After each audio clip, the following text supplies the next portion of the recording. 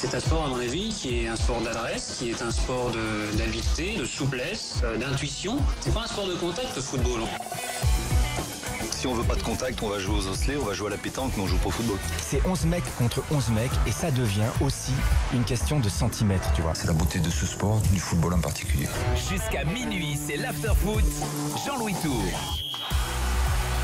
Bonsoir à tous, c'est parti pour l'after. Ravi de vous retrouver comme tous les lundis avec vous au 32-16 bien sûr, pour revenir sur le week-end de Ligue 1, pour se projeter sur la semaine européenne avec la suite des 8e de Ligue des Champions. On ne va rien rater, on va tout vous dire avec nos drôles de dames à partir de 23h. Mais d'ici là, l'actu Ligue 1 avec Daniel Riolo. Salut Daniel. Salut les amis. Et Pierre Ducrot. Salut Pierre. Salut Jean-Louis. Vous allez bien? C'est beau quand tu présentes là au début de l'émission. Oui, on va pas exagérer quand même. Que le plan se resserre et tout. Ah oui? Ah ouais, J'ai pas fait attention. On peut le refaire ou pas? Je trouvé magnifique. C'est la beauté du maquillage. Faudrait refaire le plan en fait. Oui, mais trop compliqué. Si on peut le refaire du début, c'est. Et malheureusement, on n'a pas le budget pour le faire deux fois. T'as passé un bon week-end de foot, Jean-Louis? Ouais, c'est ça. T'as passé un bon week-end de foot? J'ai passé un bon week-end foot. Quel est ton match préféré du week-end? Oui. Là, c'est vrai, on devrait commencer le lundi soir en disant quel est le match qu'on a préféré. Ligue 1 ou. Bah, tout. Le meilleur moment de foot qu'on a eu du week-end, quoi. Bon, il n'y avait pas de première ligue déjà. Ouais. Écoute, mon match préféré. Pas évident, hein. Moi, ce serait peut-être le. Ouais, celui de Nantes. Bah, en termes de jeu, franchement, je trouve que c'était pas un grand week-end. Non, c'est déjà pour ça. Mais il y a eu du rythme sur le Nantes-Nice. Après, le Lille-Lyon m'a fait marrer. Oui. C'est celui-là où il y avait parce que. Mais pour de mauvaises raisons. Oui, mais parce qu'il y a eu quelque chose de croustillant. Tu vois, il y a eu un retournement. Mais après, c'est vrai qu'à côté, comme il n'y a pas eu de match transcendant. Après, le sens unique de vendredi soir. Moi, j'ai pas tout vu non plus. Si je vais te dire Lille-Lyon, en fait, ça y est, ça me revient. Je me suis passionné pour la relation Mariano-Depaille. C'est-à-dire que je regardais tout en détail. La non-relation. Non, la non-relation, effectivement. Le côté. Ils se sont quand même envoyés chier une ou deux fois. Oui, c'est ça. Oui, non, mais avec le ballon, je parlais. Je crois que Depay lui dit à un moment, toi, je te la mets plus, un truc comme ça, à Mariano. Enfin, c'était exceptionnel, quoi. Tu vois, chaque fois qu'ils prennent le ballon, ils cherchent quoi faire tout seul, quoi. Voilà. Et toi, c'était quoi? Je pense également que celui-là m'a pas mal intéressé. J'avais beaucoup d'espoir dans le match d'hier à 21h. Ah oui, non. Et puis non, c'était assez chiant. Et puis dans le PSG Strasbourg, il y a quand même eu 2-3 gestes de grande classe. Oui, et là aussi, il y a eu des trucs à dire parce qu'il y a Neymar exaspérant, et Neymar génial, la belle ouverture de Pastore. Bon, c'est quand même des gestes de foot, quoi. Ouais. On va peut-être le faire tous les lundis, ça. On choisit un match comme ça, voilà. Puis moi, j'ai fait une découverte aussi ce week-end. J'ai pénétré un monde que je ne connaissais pas. Ah. Dis-nous tout. Le Monopoly. Ah non, Monopoly, c'est un monde que je connais depuis des années. Oui, mais enfin, le Monopoly, voilà. Tu t'es découvert France, etc. Quoi. Non, je pensais, bon, dans les journalistes qui se font secouer un peu par l'opinion, évidemment, il y avait ceux du foot. Bon, ceux de la politique, j'ai pas trop besoin d'enquêter pour savoir qu'ils doivent se faire secouer aussi. Et j'ai découvert que les mecs qui s'occupaient de bagnoles aussi se faisaient bien démonter. Ah, oui, mais alors pourquoi? C'est-à-dire? À quelle occasion? Parce que pour la deuxième fois de ma vie, je vais acheter une bagnole. C'est un truc que je ne connais pas, moi. C'est un monde qui m'est complètement étranger. Voilà. Donc, bon, forcément, tu fais des choix. Tu vas sur deux. Celle qui te sais pas trop. Ouais, voilà, donc je sais pas trop où aller. Et je vais sur 2-3 sites de comparateurs et tout. Le mec, le journaliste qui fait l'article et tout, il fait un classement de bagnole. Putain, il se fait, mais démonte. Moi, je pensais qu'avec le foot, la politique, le mec. Comment tu peux dire que cette bagnole est meilleure que celle-là? Comment tu peux critiquer cette marque? Le mec, il s'est fait, mais démonter la gueule. Je me suis marré, je te jure, j'ai passé 1 heure. J'ai dit, putain,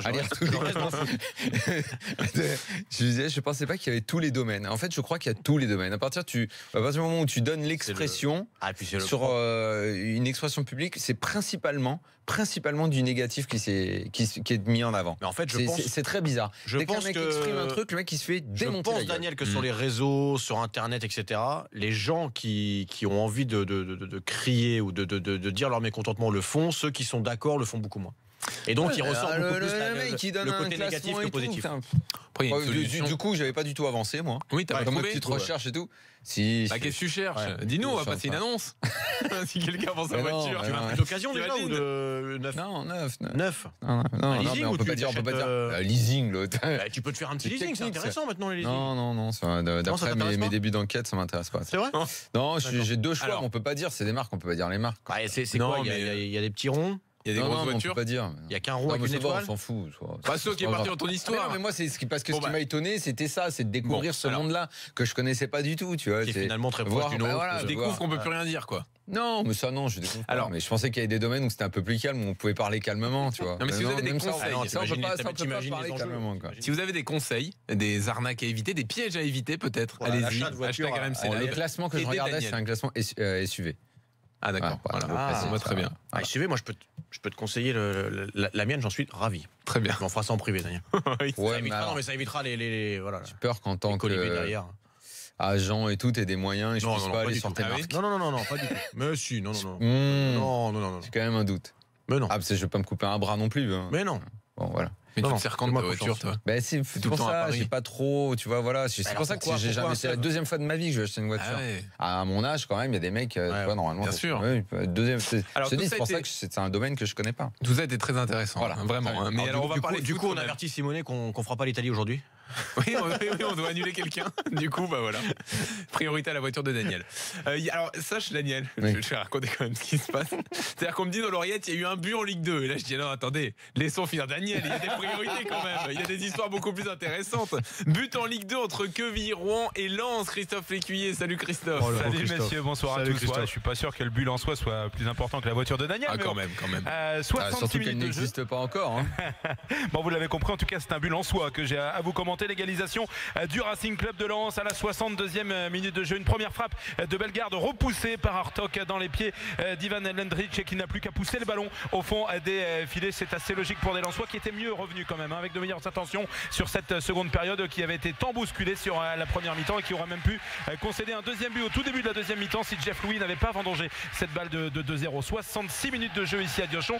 Un but partout donc entre QRM et le Racing Club de Lens. Merci Christophe. Dans les matchs en cours, il y a un choc en Allemagne. On en parlera avec David Lorto tout à l'heure. L'Eintracht Francfort mène 2-1 face à Leipzig. C'est quand même le 4e qui reçoit le 2e, donc c'est un gros match. Et puis en Espagne, Retafe mène 1-0 face au Celta Vigo. Alors je vous ai pas donné le programme, mais évidemment on sera donc à l'étranger avec David Lorto, avec Philippe Auclair pour un avis tranché très after. Vous comprendrez tout à l'heure. Fred Hermel va nous parler de Guedes, Simone Rovera de Naples. Ça, ce sera le foot européen à partir de 23h. Avant cela, les questions de l'after, l'avis tranché de Daniel sur les supporters. Là aussi, on revient aux sources de l'after. Oui, pas avis tranché sur les bagnoles. hein. Je le ferai la semaine prochaine quand j'aurai choisi. Ouais, très bien. Je suis entre. Non. Non, on va pas y revenir quand même. Donc, Daniel, tu nous parleras des supporters et des relations entre supporters, ligue, club, la place pour le mouvement ultra. Franchement, on va aborder plein de sujets, donc restez avec nous au 32-16. Enfin, non, je pense que ça méritera une émission. Je veux en tout cas commencer à poser 2-3 questions parce que c'est un dossier qu'on ouvrira bientôt. Tu feras Parce qu'il faut l'intro quand de même la longue rassembler des émission. pièces. Pour l'instant, je suis pas encore totalement bien au point. D'accord, donc on aura le début de ta réflexion Voilà. en fait. Pas au point sur sa voiture, direct. pas au point sur le dossier des ultras. Il y a des moments dans la vie, on cherche. ouais. Ah, je me cherche. C'est vrai que tu te cherches. Je me cherche. Alors lui il ne se cherche pas, il est au top, il a déjà son avis en tête, c'est Pierre Ducrot, jingle Ducrot. Mais moi, si je suis coach de Lyon là aujourd'hui, je me bouffe les couilles. Ah ouais, ça va bien, alors. c'est une belle introduction. Non, mais tu sais, alors ça c'est marrant. Pour rien vous cacher. J'ai quelqu'un qui m'a et qui compte beaucoup pour moi d'ailleurs, qui m'a passé un petit coup de fil en me disant putain mais tu ne parles pas comme ça normalement, tu dis pas ça et je me rappelais plus avoir dit ça dans l'émission, tu vois. Alors, si c'est comme quoi, quelqu'un qui comme compte, quoi on va t'aider, c'est un montage évidemment, Pierre ne parle jamais comme ça, non c'est parce qu'il l'a impossible. entendu hier en direct, donc on va pas mentir. Ah oui non, bah non, Non, j'essaie de te mais sauver, je me rappelais pas quand j'avais pu le dire, bah voilà. Mais enfin, en fait, c'est pas vraiment moi, c'est si j'avais été coach de l'Olympique Lyonnais. mais c'est toi qui Donc c'est utilises pas vraiment moi, l'expression quand même. ouais. Alors, justement, sans te mettre dans la peau du coach de l'Olympique Lyonnais, justement, tu veux parler de Lyon, ça. qui laisse filer 2 points encore ce week-end donc face à Lens, qui est à 7 points de Monaco, à 6 de Marseille dans la lutte pour le podium. Ouais, je voulais en reparler un peu parce qu'on en a déjà un petit peu parlé hier, mais pas tant que ça finalement quand à la vue de la stat qui est assez étonnante quand on est l'OL, c'est 1 point sur 12 sur les 4 derniers matchs. Ouais. Ça fait un petit peu peur quand même. Et puis effectivement, souvent, alors tu dis sans te mettre dans la peau de Genesio aussi, justement, je vais m'y mettre. On a souvent ce débat, nous ici, est-ce que le responsable finalement c'est le coach, quoi ? Est-ce que c'est Genesio ou est-ce que c'est un autre coach quand on parle d'un autre club ? Et donc je me suis arrêté parce qu'hier on n'a pas eu trop le temps d'en parler en profondeur et je me suis arrêté cet après-midi. Je me suis dit voilà, si j'étais Monsieur Genesio, pourquoi je me sentirais responsable ou en quoi je me sentirais ou de quoi je me sentirais responsable et puis qu'est-ce que je pourrais faire. Le constat, moi finalement, il m'est venu assez vite quand je réfléchis au match de l'OL et à la saison de l'OL cette saison. Le constat, c'est qu'il n'y a aucun leader dans cette équipe, dans cet effectif, sur lequel sur lesquels pourrait s'appuyer Monsieur Genesio. Ce qui est assez fou, parce que on parle de l'OL quand même. On parle d'un budget très conséquent, qui a les moyens d'avoir ce genre de joueurs. On a des bons joueurs. On peut en citer quelques-uns. On peut débattre si on est d'accord, pas d'accord, etc. Mais ça reste des bons joueurs, je pense. Lopez, Ferry, Fekir, Marcelo, Touzard, des joueurs comme ça. Il y a des jeunes talentueux aussi. Et pas mal, Ndombele, Mendy, Aouar, Traoré, mais il n'y a pas un seul mec de 28-30 ans qui a de la bouteille, qui a bourlingué à droite, à gauche, qui va mettre tout le monde d'accord. Quand je dis tout le monde d'accord, c'est à un moment donné, si l'OL est à l'envers dans un match, dans une deuxième mi-temps par exemple, ce mec ou ces deux mecs qui sur le terrain peuvent prendre le relais du coach et dire oh les gars là on n'y est pas du tout depuis 10 minutes. Il y a quand même des gars d'expérience dans l'équipe, Pierre. Après je te dis pas qu'ils disent d'expérience qu'ils interviennent. Mais Marcelo. Normalement Lopez doit faire partie des cadres du vestiaire sauf qu'on sait que c'est pas du tout son. Ah non mais moi je te dis pas qu'ils le font. Je te dis qu'ils devraient peut-être normalement être ces hommes-là. Ouais. Marcelo qui a été pris pour ça parce qu'il y avait d'énormes problèmes en défense l'année dernière. Sauf et on a voulu prendre un taulier derrière. Je suis d'accord avec toi, sauf qu'il est ni technique. Enfin, ni sur le terrain, ni mentalement. Le club a responsabilisé Fekir en lui donnant le brassard. Sauf que c'est pas un leader naturel, on le sait tous très bien. C'est un leader technique de terrain, oui. Et Morel, t'en as parlé, ça fait 4 joueurs après. C'est pas des leaders. Il faut pas dire il n'y a pas de leader. Ces leaders-là ne font pas le taf. Ou Lyon s'est trompé dans son choix. Si, parce que pour moi, et vous anticipez un peu sur la suite de mon avis, mais pour moi, justement, il y a erreur de casting. Ce sont pas des vrais leaders, ces gens-là et ces joueurs-là. Malheureusement, ce sont des bons joueurs, mais ce sont pas des leaders. Et on le sait depuis très longtemps. On sait que Jérémy Morel ne peut pas être un leader à l'OL, c'est pas lui qui va afficher une crédibilité à toute épreuve dans un vestiaire comme celui de l'OL et que tout le monde va écouter. Malheureusement, j'ai envie de dire, mais c'est comme ça. Un vrai leader, c'est par exemple quelqu'un qui sur le terrain serait capable de dire à un attaquant, voire deux même, maintenant vous arrêtez vos bêtises, vous arrêtez de jouer tout seul. Parce que nous, ça nous use la tête et qu'on en a marre. Et donc maintenant, vous arrêtez, vous rentrez dans le rang. Je vois pas, messieurs, qui peut le faire aujourd'hui à l'OL, malheureusement. Etc. Voilà, toutes ces choses que font des leaders. On a voulu laisser beaucoup de place à la jeunesse lyonnaise et à juste titre parce qu'il y a beaucoup de talent, il y a une grosse formation, il y a un objectif, on le connaît, hein, c'est 75%, voilà, c'est deux tiers d'un effectif qui serait issu du centre de formation, sauf qu'on a enlevé tous les guides, on a enlevé tous les garde-fous même, parce qu'il en faut demander à des joueurs dans la grande période lyonnaise, quand Lyon marchait sur la France, si les jeunes très talentueux de l'époque, Ben Arfa, Benzema, Govou, n'ont pas été encadrés à un moment donné par des bonhommes. On se rappelle tous de Cassapa, d'Edmilson, de Juninho, j'en oublie plein Chris par exemple. Demandez si ces jeunes-là, quand ils bougeaient une oreille, ils n'étaient pas remis à leur place. Et ça, c'est ce qui manque aujourd'hui à l'OL. On a eu un mercato d'hiver, au mois de janvier. Il n'y a pas eu une seule recrue du côté de l'OL. Il y a eu Terrier, qui est pas là. On sait, voilà, il est. Non, mais c'est pas dans ce mercato qu'il allait prendre un taulier. Et puis il y a eu beaucoup de recrues l'été dernier. C'est pas un mercato de taulier. Le mec va pas arriver en cours de saison pour déjà s'imposer aux autres dans le vestiaire. Un taulier quelqu'un qui pourrait être taulier à l'OL et qui ne l'est peut-être plus dans un effectif plus fort. Moi, je pense qu'avec les moyens de l'OL, avec les structures de l'OL, son budget, etc. Tu peux trouver, moi je pense. Moi je pense qu'à Lyon, ça fait longtemps qu'il y a ce problème. Et en fait, le taulier de ce club, ça a toujours été le président. Oui, mais c'est lui qui en fait fait office de taulier en venant remonter les bretelles aux mecs quand il y a des problèmes. Ouais, oui. Et qu'à un moment donné, tu peux pas résoudre les problèmes pour les mecs quand c'est sur le terrain au moment M où il faut jouer, où il faut changer quelque chose. Ces dernières années, il n'y avait pas réellement de taulier, c'était en gros le groupe des jeunes anciens. Les Gonalons, la Casette, qui en plus étaient eux là sur le terrain et en gros portaient l'équipe, tout en excluant ceux qui n'étaient pas des mecs du cru. Et il faudrait également, justement, sur ces années-là, voir si les résultats étaient en phase avec les attentes. C'est pour ça que... Ce dont j'ai toujours douté. Et c'est pour ça que les vrais leaders, Daniel, ne peuvent pas être des joueurs qui sont issus, même s'ils sont là depuis 4, 5, 6, 7 ans. Normalement, si, ça peut. Si, non, t'as le moi, caractère. moi, je pense qu'il faut forcément des mecs venus de l'extérieur à un moment donné, qui vont apporter autre chose. Non, mais Pierre, ça n'exclut pas qu'un mec de l'intérieur et un mec formé au club puisse le devenir. Alors qu'il y en ait un, oui. Mais après, c'est une affaire de caractère. Et le caractère, il s'affirme aussi parfois. Si tu fais une comparaison avec l'OM, parce que quand tu parles de l'OL, souvent la comparaison, elle se fait avec Marseille. Même avec Monaco, tu peux la faire. Mais si tu prends au début de la saison, tu mets l'équipe de Lyon et l'équipe de Marseille, il y a plus de valeur intrinsèque à Lyon à ce moment-là. La révélation de la saison, la confiance que vont prendre certains mecs, va faire que les statuts évoluent. Ils s'assument en tant que Parce leader. que si tu prends l'OM en taulier naturel, tu vas quand même plus au départ. Mais attends, tu vas me dire aujourd'hui que Rami, Gustavo, Mandanda sont 3 personnalités. Déjà. Mais t'en as un qui revient dans un club qu'il a quitté et entre-temps, donc Mandanda, pas beaucoup joué en Angleterre, revient et doit gagner de la confiance. Donc d'abord. Oui, mais Steph dans le vestiaire, s'il dit quelque chose, tout le monde l'écoute. D'abord, il devait penser à lui. Oui, d'abord, je pense pas qu'il soit arrivé. C'était assez évident qu'il allait reprendre ce poste de leader. Oui, mais d'abord, il fallait qu'il reprenne la confiance, lui. Oui, lui sur le terrain. Gustavo a probablement un statut, une personnalité pour le faire, mais il arrive dans un club qu'il connaît pas. Pareil, lui aussi partait d'un club et un mec de cette dimension-là n'a pas eu d'énormes propositions. Il s'est retrouvé là un petit peu, non pas par hasard, c'est un super coup pour l'OM.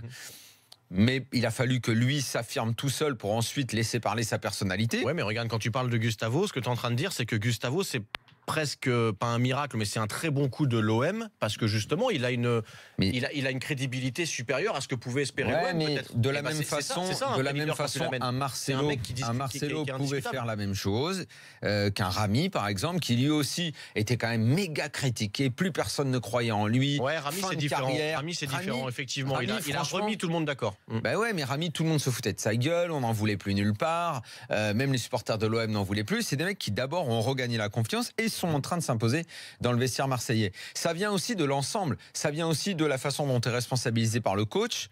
Et je pense que de ce côté-là, en matière de personnalité, Garcia doit quand même en imposer un petit peu plus que Genesio, qui est toujours, en gros, ce que j'ai toujours dit, sous le tutorat du patron. Qui va, et puis dans la période actuelle, un peu plus dans le dialogue, je pense, avec ses joueurs. De toute façon, être obligé de redescendre dans l'arène. Oui. Olas va être obligé de revenir mettre de l'huile dans les boulons. Alors, comme il le Daniel, fait à chaque fois. Johan et c'est d'ailleurs le vrai problème de l'OL, c'est que ce soit toujours lui qui soit obligé de remettre les mains dans le cambouis et il va être obligé de le faire. Et le souci, c'est qu'aujourd'hui, alors ce que tu dis sur l'OM est parfaitement vrai. J'allais te le dire et tu peux même faire la même chose avec Monaco, peut-être à une moindre mesure, mais tu peux le faire aussi avec certains joueurs. Mais Monaco, il y a d'autres personnalités. Monaco, ça n'a rien à voir. On est d'accord. Mais Monaco, c'est pareil. On les pensait sauf qu'aujourd'hui, le coach de l'OL, puisque c'est lui qui nous intéresse, il y a la question de quoi est-il responsable. Alors c'est peut-être ça, c'est de pas avoir de relais, mais sauf que c'est pas lui qui doit régler ses problèmes normalement. C'est pas lui qui peut choisir. En tout cas, on le sait, à l'OL, c'est pas lui qui choisit complètement les joueurs leaders de son groupe. Il y a qu'une personne qui peut le faire. C'est Jean-Michel Aulas. Mais à un moment donné, il manque ces joueurs-là. Ouais, mais aujourd'hui, Genesio va pas te les inventer à l'OL. Mais aujourd'hui, sa personnalité globalement effacée reprend le dessus après quelques mois où il a semblé vouloir redominer la situation. Là, maintenant, il est en retrait. Il n'arrive pas à s'en sortir avec sa ligne d'attaque. Sa ligne d'attaque, ce sont quand même 3 joueurs au niveau de Lyon recrutés comme 3 joueurs stars. Ouais, sauf qu'on est en situation d'échec de ce côté-là. Je voudrais qu'on donne la parole à Johan quand même un moment. Et un dernier mot, j'ai vraiment beaucoup de mal à comprendre aujourd'hui la mansuétude générale à l'égard de Lyon. Lyon, ce club avec un budget aussi énorme, et dans une période dramatique. Ouais, c'est surprenant. C'est surprenant. 1 point sur 12, ça ne peut pas arriver normalement à Marseille, à Monaco, à Paris ou à Lyon. En péril, ce serait un énorme échec 2 années de suite et rien ne bouge. Rien n'est dit, pas de critique. Je pense, les supporters lyonnais, rien, parce que comme d'habitude, entre eux, c'est à l'intérieur de la secte et personne ne dit rien. Allez. Sauf que tu ne peux rien. Je pense que le problème, c'est que tu ne peux plus rien bouger. C'est trop tard. Peut-être. On va voir ce qu'en pense Johan, qui nous rejoint, supporter de Lyon. Salut Johan. Bonsoir l'after. Bonsoir Johan. Bon, alors qu'est-ce que t'en penses? Est-ce que le problème des cadres explique, le manque de cadres explique les résultats du moment? Alors moi déjà ce soir, je suis très en colère parce qu'en championnat on reste sur 4 purges. Ouais. On se prend 3 contre Bordeaux qui était au fond du trou, on s'est fait dévorer tout le match. Contre Monaco, on mène 2-0, Subasic se blesse, on joue toute la seconde période à 10 contre 11, on n'est pas foutu de gagner. On se prend 2-0 chez nous contre Rennes, et là on fait 2-2 contre Lille. C'est incompréhensible. Alors moi, ce qui m'énerve, c'est que Lyon a un budget de 230 millions d'euros. Et dans cette équipe, il n'y a pas un joueur qui tient la route. On a une défense centrale, Morel-Marcelo. Avec un budget de 230 millions, c'est pas possible de jouer avec une défense centrale Morel-Marcelo. On n'a pas d'ailier, que ça soit Depay, Cornet ou Traoré. Ils sont irréguliers au possible. Ils n'ont pas le niveau. Il n'y a aucun ailier. Alors moi, je voulais vous dire que je me pose une question sur le recrutement. Parce que sur les 3 recrues à plus de 20 millions de l'OL, à part Lisandro, il y a eu Depay, c'est un échec. Il y a eu Gourcuff, échec. Mais moi, à chaque fois que je mets ça en avant, qu'est-ce que je prends dans la gueule? À Lyon, on travaille parfaitement bien. Mais moi, j'aurais une question à poser à Johan à ce moment-là. Pep Genesio, il est génial. Tout le monde est toujours génial à Lyon et t'as rien le droit de dire. Moi, je trouve quand même, Johan, et Daniel, tu parlais de la mansuétude autour de Lyon. Moi, je trouve qu'il y a une mansuétude autour de Bruno Genesio. Tout ça parce qu'on l'a critiqué beaucoup au début. Ensuite, il y a eu des résultats. Tous les jours avec du gars qui sans arrêt l'épargne. Je n'arrive pas à comprendre pourquoi il est si clément à son égard. Je ne comprends pas. Ça fait partie de nos sujets de divergence. Moi, je pense. Dans le recrutement, tu parles des cadres et tout, Pierre. Dans une équipe qui avance, dans une équipe avec un plan de jeu, dans une équipe où tactiquement tu sais où tu vas. Mais moi, je suis sûr qu'à Lyon, les cadres se seraient révélés. C'est ce que je disais. On en a parlé tout à l'heure. Comment révéler par la ville. Là où je suis pas la question que je pose, c'est collectivement, comment joue Lyon? Est-ce qu'on a la réponse à ça? J'ai compris ta question, enfin, tes incertitudes. Mais le souci, moi, c'est que je pense qu'à un moment donné, c'est un peu le serpent qui se mord la queue. C'est que t'as pas de fond de jeu parce que Genesio n'arrive peut-être pas à passer son message et que le message ne passe pas parce que t'as pas de leader aussi pour le faire passer au sein du groupe. Et que chacun fait un petit peu sa petite mayonnaise. Quand on parle de, enfin moi la question que j'ai envie de poser à Johan là, qui fait un constat de ce qui se passe en ce moment à l'OL ou de ce qui ne va pas individuellement avec les joueurs, etc. Ma question, c'est est-ce que tu penses que si tu avais un patron derrière, un patron au milieu, un peu comme ce qui peut se passer à l'OM pour comparer avec l'OM, est-ce que tu penses qu'un Depay se permettrait de faire ce qu'il fait actuellement sur le terrain ou un Mariano des fois de jouer tout seul? Est-ce que tu penses que ça pourrait changer quelque chose? D'avoir un mec qui pourrait leur gueuler dessus et qui serait légitime pour ça? Honnêtement, je sais pas. En tout cas, moi, je sais une chose, c'est que sur le recrutement, on n'a pas acheté un bon joueur depuis des années. En défense centrale, on se tape des billes depuis des années. On s'est tapé Boumson, Koné, Diakhaté, Rose. Et on est d'accord que M. Genesio n'est pas responsable de ça. On est d'accord quand même. Le truc, c'est qu'il n'y a pas de fond de jeu. Moi, je suis désolé, Pep Genesio, c'est pas un bon coach. Si on fait tous les matchs contre Paris, on gagne 2-1 à la 93e. Contre Monaco, on gagne 3-2 à la 93e sur un coup franc de Fekir. Contre Marseille, on gagne 2-0, mais avec une grande difficulté. Vraiment, je pense qu'on a eu pas mal de réussites sur 6 mois là. Et je pense que tout s'effondre parce qu'il n'y a pas de fond de jeu, il n'y a pas de bon recrutement. L'OL a un budget de 230 millions, quoi. Mais je me tue à le répéter régulièrement, c'est énormissime. Si tu prends les clubs dans le monde qui ont un budget pareil, mais tu vois les joueurs, ça n'a rien à voir. On n'est pas sur la même planète. Si tu compares. Moi, messieurs, je serais pas aussi sévère que vous sur le constat. En tout cas, je jetterai pas tout comme ça d'un seul coup à la poubelle, parce qu'il y a eu des bonnes passes aussi de l'Olympique Lyonnais. Mais je pense que mais t'imagines si tu termines pas sur le podium, Pierre. Non, mais parce qu'aujourd'hui c'est ça le sujet. Non, mais il y a forcément des raisons. Je vais finir juste mon explication. C'est que je n'ai pas envie de tout jeter parce qu'il y a eu des très bonnes passes de l'Olympique Lyonnais. Il y a eu des très bonnes choses de fait à un moment donné sur le terrain. Sauf que l'irrégularité de Lyon en ce moment, cette saison, elle a pour moi une raison. C'est que t'as pas 3 ou 4 mecs dans cette équipe sur lesquels tu peux t'appuyer. C'est quoi les très bonnes passes de l'OL? C'est là où on n'est pas d'accord. Il y a eu des bonnes périodes. C'est toujours la période que j'ai appelée des fameux matchs un peu bizarres, assez incompréhensibles dans le jeu. Il y a eu des bons matchs de l'OL quand même. Je me rappelle de discours qu'on avait après certains matchs de l'OL. Il y a eu des bonnes séries, mais c'était pas mauvais. Tu vois ce que je veux dire? Quand les individualités étaient au top, c'est tout. Et pour moi, c'est ça le vrai problème. C'est pas un problème de cadre dans le vestiaire. Je vous demande la bonne passe d'un point de vue du jeu global. C'est un problème de fond de jeu global. Il y a pas que ça, je pense. Je dis pas qu'il y a pas un peu de ça. C'est quand tu gagnes un match contre Monaco grâce à un coup franc dernière minute de Fekir, individualité. Non, pas forcément, mais c'est quand tu gagnes contre le PSG, but de Memphis Depay qui tombe du ciel à la dernière minute. Ça c'est assez récent. Je parle de ça avant. Moi, je pense que quand les individualités sont moins bien, tu peux te reposer sur un jeu collectif qui permet justement de pas avoir ensuite cette irrégularité sur les résultats. Bon, ouais, peut-être. Johan, merci d'être venu au 32-16. À très bientôt, Johan, dans l'after. Salut. Alors, je précise, quand on a parlé de mensuétude, etc., c'est pas des tweetos lyonnais notamment qui sont très influents et qui, pour le coup, sur Genesio, l'ont souvent critiqué, même quand ça marchait bien. On parlait un peu plus des médias en général. Hein. Oui, non, attends, je parlais de ça. Non, mais là, on a vraiment. Mais également, est-ce que en tribune, il y a des gens qui disent, j'ai l'impression que tout est très contrôlé.